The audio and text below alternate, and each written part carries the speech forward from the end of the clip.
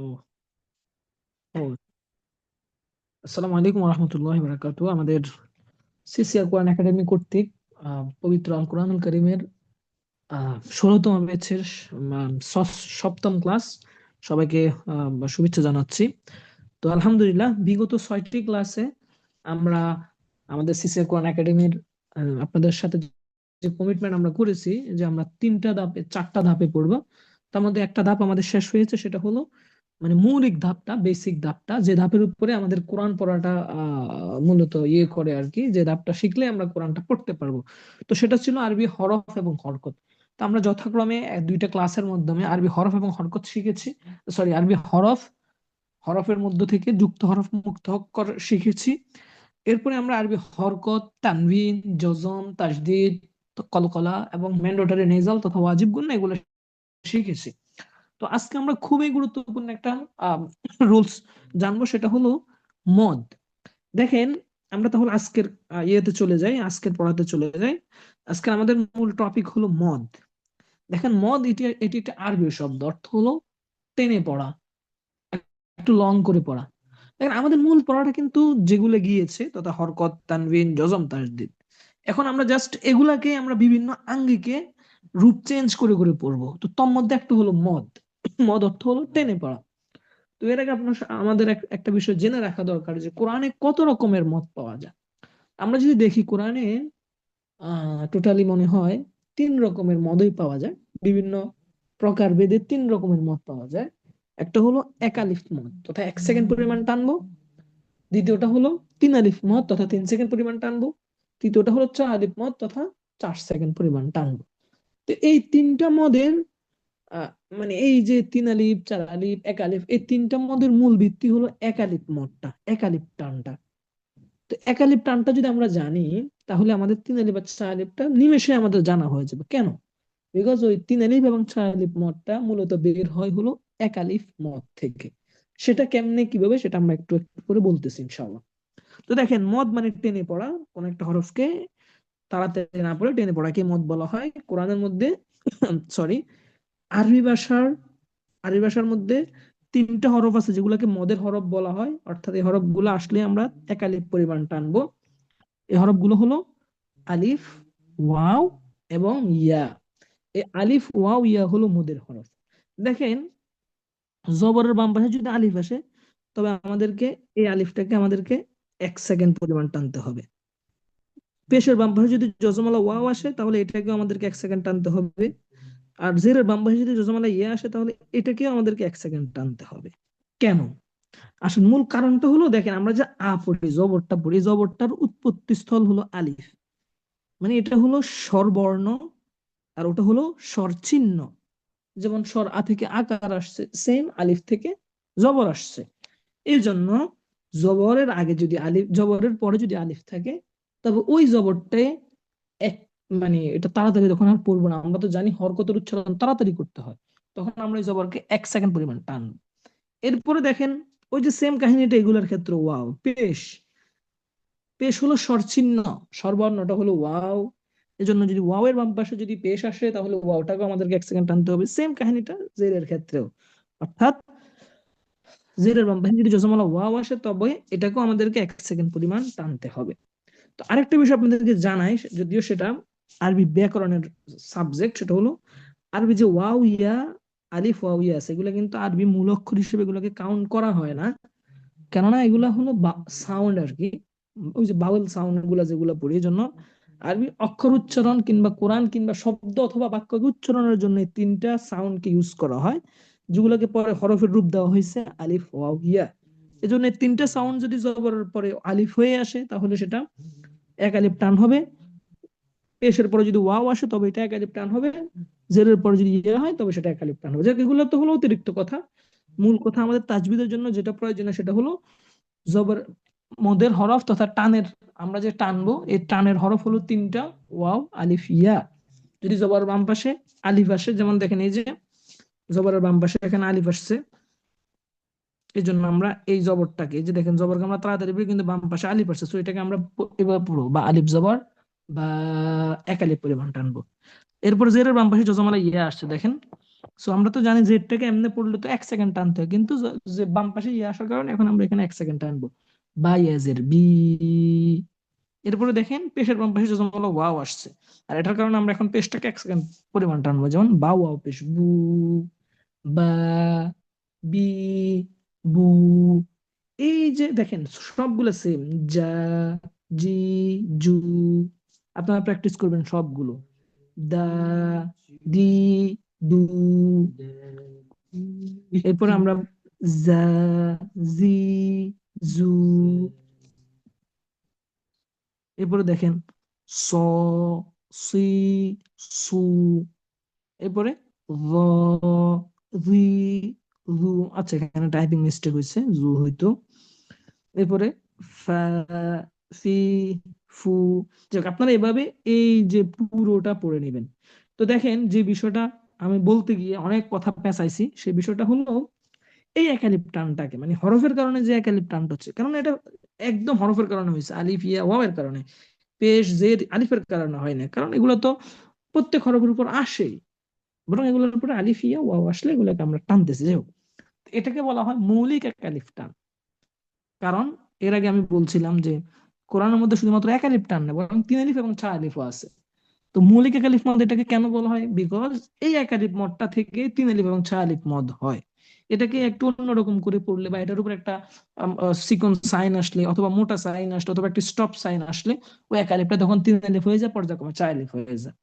তো দেখেন, তাহলে আমরা বলতে পারি যে তাহলে সমস্যা কি, একালিপ মত তো একটাই। বাকি বাকিটাকে মৌলিক বলার দরকার কি? এটা থেকে 3 আলিফ হচ্ছে, এটা থেকে 4 আলিফ হচ্ছে না, বিষয়টা এমন না। কেননা দেখেন একালিপ টান মূলত 4 রকমের আছে। যেমন দেখেন, এই যে এখানে একটা আছে, এই যে এটা কিন্তু একালিপ টান না। দেখেন জবরের বাম পাশে ওয়াও, একালিপ টান না। কিন্তু এই ওয়াও এবং একটা অ্যাক্টিভ হরফ, এরকম একটা স্টপ সাইন আসার কারণে এটা কিন্তু একালিপ টান। আর এই একালিপ থেকে কখনো 3 আলিফ বা 4 আলিফ হয় না। এটা আমরা পূর্বের জন্য এখানে আর ডিপলি কিছু বলতেছি না। এরপরে দেখেন এখানেও আর একটা একালিফ আছে। আমরা তো আমাদের বিগত ক্লাসগুলোতে আমরা যখন তানবিন পড়ছিলাম তখন আমরা বলছিলাম যে স্টপ সাইন, খেয়াল করবেন, স্টপ সাইনের আগে যে হরফই থাকুক না কেন, ওই হরফের উপর যে কোনো সাইন থাকুক না কেন, 2 জবর ব্যতীত, চাই জবর হোক, জের হোক, পেশ হোক, অথবা 2 জের 2 পেশ হোক, ওটা স্টপ সাইনের কারণে জজম হয়ে যাবে। বিকজ স্টপ সাইনটা এতই শক্তিশালী, এটাকে পুরোপুরি ডিস্ট্রয় করে দেয়। তবে হ্যাঁ, স্টপ সাইনটা 2 জবরকে কোনো ক্ষতি করতে পারে না। বরং স্টপ সাইনের আগের হরফ যদি 2 জবর হয়, তখন ওই 2 জবরকে ওই স্টপ সাইন এবং 2 জবর কারণে ভিন্ন একটা, মানে একটা থার্ড, মানে ভিন্ন একটা কারণে এটাকে আমরা একালিফ পরিমাণ টানতেছি। তো এটাও কিন্তু মৌলিক একালিফ মদের অন্তর্ভুক্ত নয়। এই জন্য মানে এগুলোকে মৌলিক একালিফ মদের অন্তর্ভুক্ত করা হয় নাই। তো দেখেন, তাহলে মৌলিক একালিফ মদের অন্তর্ভুক্ত কোনটাকে করা হয়েছে? এই যে এটাকে করা হয়েছে, হরফগত মদটাকে করা হয়েছে, অর্থাৎ জবর বাম পাশে আলিফ, জেরের বাম পাশে ইয়া, পেশের বাম পাশে ওয়াও হওয়ার কারণে এগুলাকে মৌলিক একালিফ মদ বলা হবে। বিকজ এই একালিফ মদ গুলা থেকে 3 আলিফ এবং 4 আলিফ মদ গুলা বের হয়। তো আপনার ইনশাল্লাহ এই যে এগুলা তা, তি, তু, এভাবে করে আপনারা প্র্যাকটিস করবেন ইনশাল্লাহ। এরপরে যে এখানে যে 15টা, হ্যাঁ 3 5 15 শব্দ দেওয়া আছে, এগুলো একটু প্র্যাকটিস করবেন। অর্থাৎ হরকত এবং একালিফ মদের সমন্বয়ে, অথবা তানবিন, হরকত, একালিফ মদের সমন্বয়ে শব্দ কাঠামোগুলো, যেমন দেখেন কফ আলিফ জবর ক, লাম জবর লা, কলা, কাফ আলিফ জবর কা, নুন জবর না, কানা, কাফ ইয়াজের কি, লাম জবর লা, কিলা, দাল ইয়াজের দি, নুন জবর না, দিনা। এরপরে এটা যেমন শুহুদুন, কুউদুন, এভাবে আর কি। তো আপনারা কষ্ট করে মানে হোমওয়ার্ক হিসাবে হলো এটা একটু পড়ে নেবেন ইনশাআল্লাহ। তাহলে এই গেল একটা। এরপর আমরা আরো একটা পড়বো, দেখেন সেটা হলো এই যে হরকতগত একালিফ মদ। দেখেন মৌলিক একালিফ মদ আবার 2 প্রকার। এক হলো হরফগত মদ, যেটা আমরা মাত্র পড়ছি। আরেকটা হলো এটা হরকতগত মদ। দেখেন, হরকতগত মদ বলতে আসলে মৌলিকভাবে হরকতগত মদ নাই। তো এটাকে কেন হরকতগত মদ বলা হয়? বিকজ আপনার ওই যে খাড়া জবর, খাড়াজের উল্টা পেশ গুলাকে মূলত মানে হরকতগত মদ বলা হয়। দেখেন, যে বিষয়টা বলতে চাচ্ছিলাম সেটা হলো আসলে হরকতগত মদ বলতে নাই। বাস্তবে কি, বাস্তবে হলো মানে লেখার সুবিধাটা একটু শর্ট করানো এরকম করছে আর কি।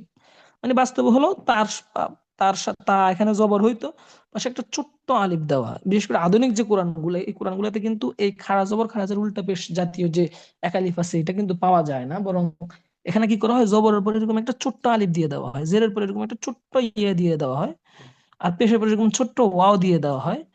কেন? কারণ যাতে করে বোঝা যায় যে পেশের পরে ওয়াও আসছে, সো এখানে এক আলিফ টান হবে, জেরের পরে ইয়ে আসছে, সো এখানে এক আলিফ টান হবে, জবরের পরে ও আলিফ আসছে, সো এখানে এক আলিফ টান হবে। তো যাই হোক, আমরা যেহেতু বিশেষ করে আমাদের ভারত পাকিস্তান বাংলাদেশের যে কোরআন গুলো আছে এগুলোতে এই সাইন গুলো দেওয়া থাকে না সচরাচর, এগুলা ওই যে ইউরোপ আমেরিকার যে কোরআন গুলো আছে এগুলোতে এরকম সাইন, অথবা আরব বিশ্বের অনেক কোরআনের মধ্যে এরকম সাইন দেওয়া আছে, বাদ বাকি এখনো পর্যন্ত এটা মানে রেয়ার টাইপের আর কি আমাদের ওইদিকে। এই জন্য আমরা এই জিনিসটাই শিখি আর কি। অর্থাৎ খারাজ জবর খারাজের উল্টা পেশ যদি হয়, তবে এখানে আমরা এই হরকতের কারণে আমরা এখানে তাড়াতাড়ি করে পড়বো না, বরং এখানে আমরা 1 সেকেন্ড পরিমাণ টেনে পড়বো। যেমন তা আলিফ, তা খারাজ জবর তা, তা খারাজের তি, তা উল্টা পেশ তু, তা, তি, তু। আপনারা মানে কষ্ট করে এরকম ভাবে একবার প্র্যাকটিস করবেন একটু। প্রথমে স্পেলিং করবেন, যেমন দা আলিফ জবর দা, দাল সরি দাল খারাজ জবর দা, দাল খারাজের দি, দাল উল্টা পেশ দু, দা, দি, দু। স্পেলিং করে পড়ে স্পেলিং করে পড়বেন, দেন এবার একসাথে মিলে পড়বেন। দা, দি, দু, লাম খারাজ হবে লা, লাম খারাজ লি, লাম উল্টা পেশ লু, লা, লি, লু। তো এভাবে আমরা এভাবে পড়ে পড়ে আপনারা কষ্ট করে অন্তত নিজের ফ্লুয়েন্সি আনার জন্য, ফ্লুয়েন্টলি যাতে করে আপনি পরে রিসাইট করতে পারেন সেজন্য এগুলা পড়বেন। এরপরে নিচে এগুলো পড়তে পারেন, মালিকি, আদামা। তো এরপরে অর্থাৎ এই যে সমন্বয় করেও পড়তে পারেন। এখানে অনেকগুলো শব্দ দেওয়া আছে মদের হরফ এবং মদের হরকত দ্বারা গঠিত শব্দ সমূহ। যেমন হাদা, দেখেন এখানে দুইটাই মদ একসাথে পাওয়া যায়।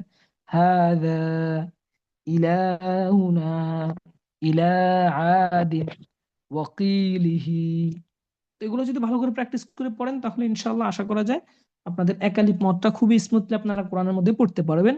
তো যাই হোক, আমরা আজকে শর্টলি যদি আমরা আবার বলি, আমরা যে জিনিসটা পড়েছি সেটা হলো হরফগত মত এবং হরকতগত মত, যেটাকে আমরা মৌলিক মত হিসেবে আজকে জানলাম।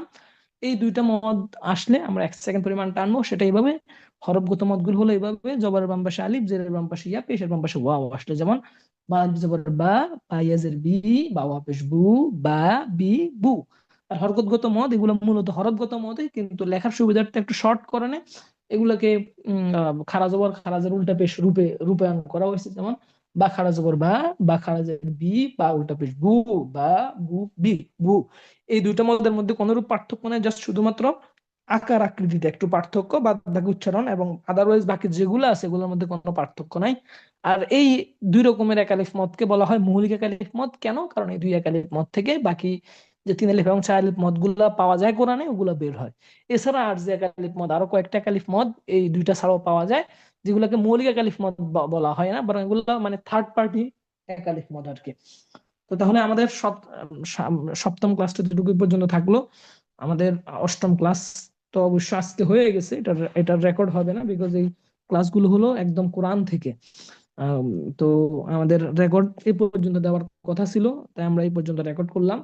বাকি আপনারা যারা ক্লাসে অংশগ্রহণ করেন না এতদিন, সভাপতি আহ্বান থাকবে আপনারা অষ্টম ক্লাস থেকে ক্লাসে অংশগ্রহণ করবেন, প্র্যাকটিক্যালি কোরআন পড়বেন। যদি প্র্যাকটিক্যালি কোরআন না পড়েন তাহলে আশা করি কোরআন কখনো শুদ্ধ করে পড়তে পারবেন না। আর এই দৃষ্টিকোণ থেকে আমরা খুবই দুঃখিত।